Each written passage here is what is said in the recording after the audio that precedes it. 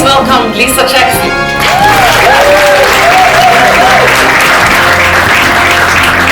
And the Academy-nominated director and producer, and at Sundance with her newest film, The Glorious, Julie Taymor.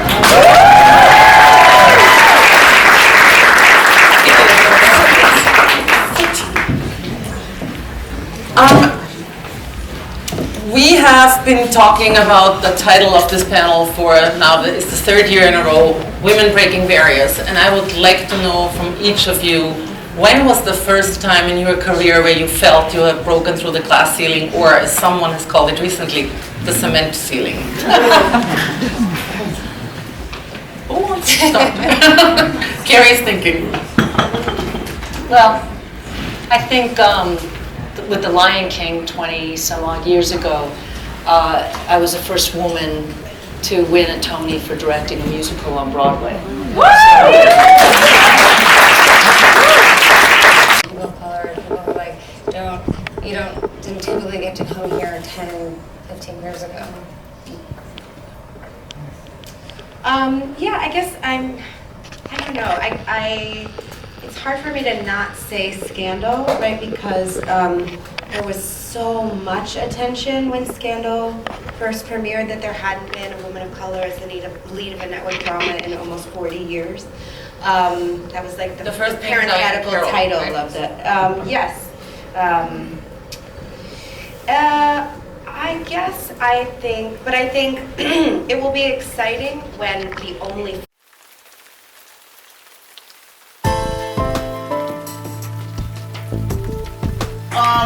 we have some very special guests.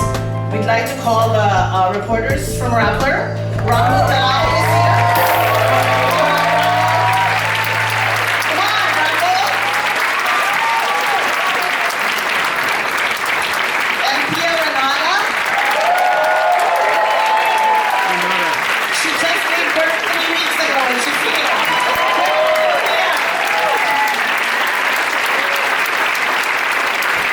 Four founders of Rappler, Jeff Mendoza, Chaya Pineda, Glenda Gloria, Maria couldn't make it tonight. No, Maria's here. Maria Ressa.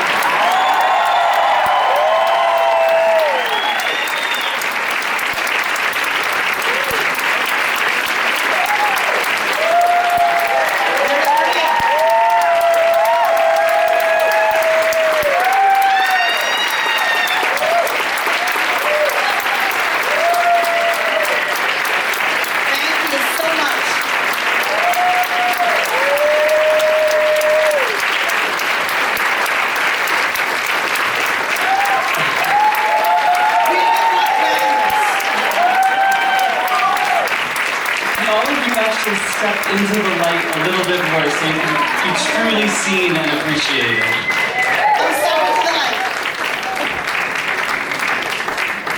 Oh wow, it's so cool that the Rappler team is here. This is wild, what a treat. Thank you so much for coming to Sundance. It's a real honor. I'll ask a couple questions and then I'll open it up to the audience. But my first question will be for Maria and for the Rappler team. How are you guys? How's Rappler? How's it doing? What's happened since this film has ended? And it ended, I think, Christmas 2019, so it's pretty recent, but a lot of things keep changing, so I'm curious what's going on in your world. Pia gave birth, so we have a new baby. Pia girl. I think the cases are moving forward. We expect a verdict on a few of them in the first half of the year. The fastest cases that have moved in the Philippines. One of our lawyers is the former spokesman for this Supreme Court, and he said he's never seen any case move this fast in the Philippines. So I suppose there's always a bright side to everything. Glenn, our managing. Oh, hello, thank you. I think we also say that 2019 was our comeback year. 2017 and 2018 were our curse years, because that came after the cases were filed. But 2019, our revenue is up, our online traffic is up, and believe it or not, businessmen, our EBITDA is positive year-end 2019. So I guess what is the Rappler story all about? It's like when you turn crisis into opportunity, it makes sense.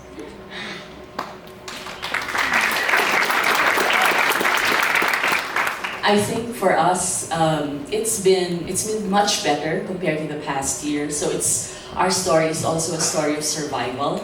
And on the way here, we were asked, what can we do to help you when we're based here in the US? And I said, people in the Philippines, they have begun to speak up, and we see that on social media. But as the films showed you, it's not always, there are threats to people who speak up back home. And for people who are here, you're safer. And if you help us speak up and maybe stand up to the trolls on social media, because they really have an army that's targeting the free press. And I don't know if you're having the same experience here. Right, so you must know what we are talking about, and you must know how it feels. So, welcome to the club. God, it's not a fun club to be a part of, but that is one of the really powerful things about this film. And I think, Maria, you spoke about this parallel that you've seen in the United States and the Philippines, and I wonder if you wanted to expand upon that, or if you feel like you said what you said. I think two things. First is that local is global and global is local. What you do here will help or hurt us. And that's part of the reason this year, please, it starts with your area of influence, and the people in this room have tremendous influence. You know what you need to do. Clean up your area of influence, right? If we each take care of our own patch of the woods, then things will get better. I think the second thing, and I'm going to pass this to Pia because... Really surreal it is. And Janixa, I know how much you were into the Twitter thread, and you went after this story because you felt that you were the person to tell it. What was the most important aspect of the story that you wanted to really convey through your storytelling of it? So my film is called Zola. It was based on a Twitter thread. It's a dark comedy about two women, one black, one. Can we do? What message do you want us to sort of leave the film with? Thank you so much for coming today. The message that I want you to remain with is actually that every single person has a role to play to make the world better. So you don't have to think about Kenya, you need to think about America. What role can I play to make a difference in my country? And that's the whole message of the movie, is about every person doing a little thing to make a difference in the community they live in. Great, thank you so much for that. I would like to open up the questions from the audience, and I see you right away.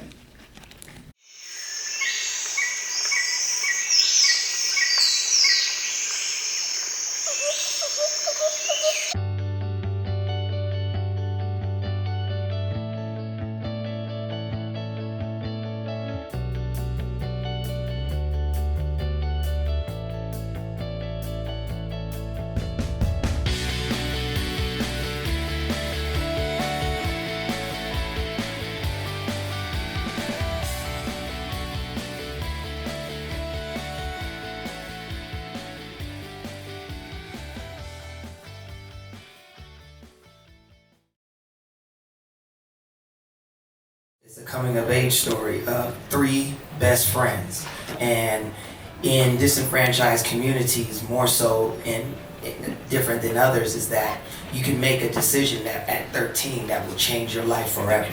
you don't get a lot of second chances, especially when you're poor and disenfranchised. It's actually outside of ethnicity. Anybody that's poor doesn't get as many shots, but especially it's true for young African American kids and Latino kids, or I would say black and brown children. So this story is about a young boy who just wants the same thing all young boys want: to be cool, to have a girlfriend, and for people to think and people to respect him. And this leads him down a path that becomes very perilous, should I say, for his decision. So Jahi, you play our lead character who's nicknamed Mouse. Mouse is 14? 14 years old, kid from West Baltimore, who longs to sort of become a bike rider. This is a film that is set within a real community in Baltimore, where if you've seen the documentary 12 O'Clock Boys from 2012, I think? Yeah. That was a documentary that inspired this story. But Jahi, I wonder, how would you describe Mouse? Tell us who Mouse is at the beginning of this film. Mouse is the kid that you pass when you're on your way to work, when you're driving through that neighborhood, that not so good neighborhood that you really don't pay attention to. You know what I'm saying? He's sort of a product of his environment. He's a victim of his circumstances. He's a kid who's very strong-willed. And he's also a kid who's grieving and just trying to sort of cope in this very toxic community, and just doing the best with what he's been given. And he has a very fierce dream of riding dirt bikes along with his friends Lamont and Swear to God. And Danielle and Kazai, tell us a little bit about your characters. Okay, I'll go first. Swear to God is really... Sorry. Swear to God is really like the comic relief in this really heavy environment in Baltimore around his friends. He's the jokester. He's the one continuously being light-spirited and trying to bring the best out of every situation when he can.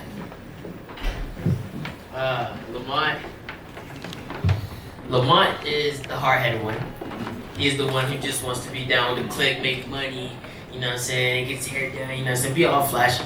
But he's also the one that you can't just push around, you know what I'm saying? He don't say no, nobody, you know what I'm saying? And when you watch the movie, you can clearly see that. Now, Clarence and Caleb, this is an Overbrook production. It's also a studio film. Absolutely. Tell us about the origins of the project and how, then I want to hear from Sherman about the formulation. About a young boy whose circumstances are forcing him to feel like he has to be a man. You know, his mom is struggling to make ends meet. He lost his brother untimely and unfortunately, and he feels like he has to be the sole provider, despite the fact that he's only 13. And so for us, it was about how can we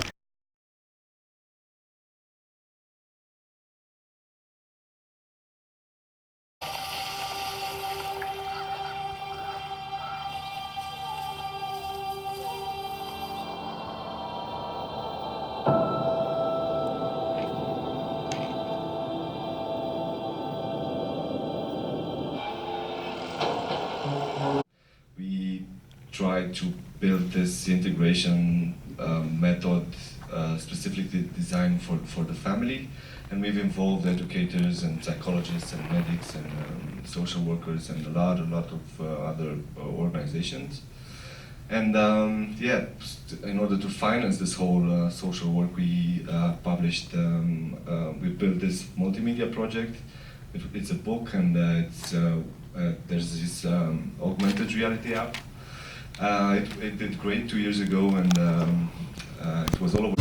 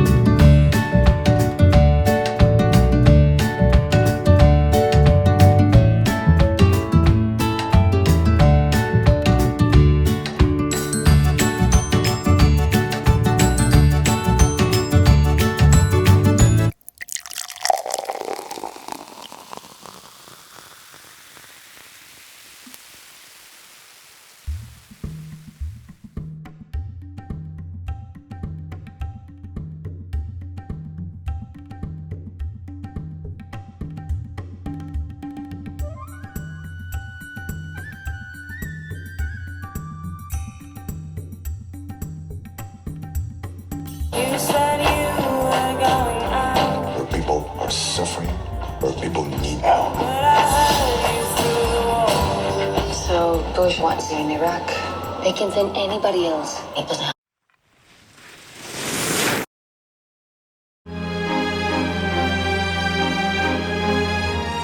It seems as if you had go around the world to get there. It's exotic as well. Bueno, por supuesto, para un fotógrafo, esa riqueza visual es un plus, ¿no?